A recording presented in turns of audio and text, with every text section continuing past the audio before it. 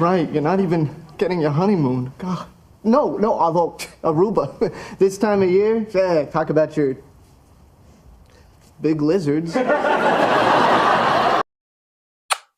Chef's kiss. Hi, friends. Hey, friends, that's the, whatever. Welcome back to I Don't Think That's How You Say That. This is the You Mostly Did That Better Than I Could Have Coached episode. That was not by far one of the biggest laugh lines in this pilot episode of Friends, but it is expertly delivered. This time of year, talk about your big lizards. He gave us a beat, but we didn't get ahead of him. We didn't know what was next. He surprised us. And I think that's how the writer envisioned the line, except I bet this was even better than the writer had imagined.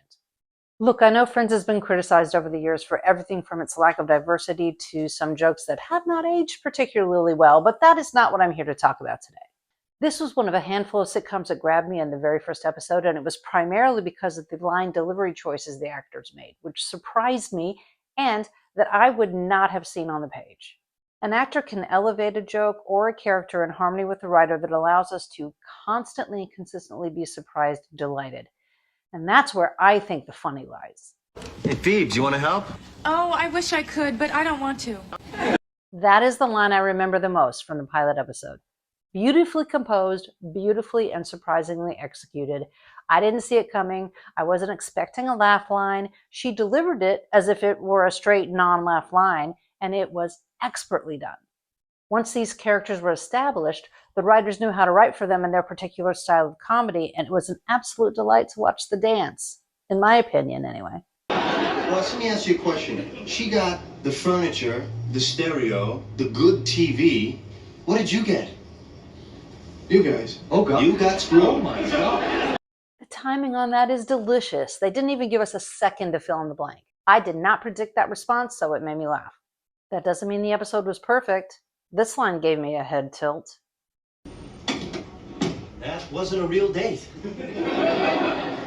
What the hell do you do on a real date? No, both sentences needed a question mark, and he made the first one a statement. That wasn't a date? What do you do on a date? That wasn't a real date.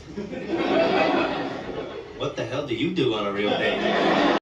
Yeah, that was weird to me. Didn't land right. But it was one line. It definitely jumped out as sounding odd, but it was the only line I found in this episode that was odd.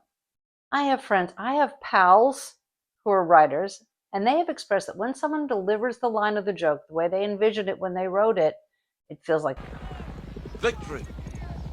And I can see why. It feels great for the viewer. That's it. Thanks for coming. Thanks for staying to the end. It means a lot. You're good people. 'Cause you got to have friends.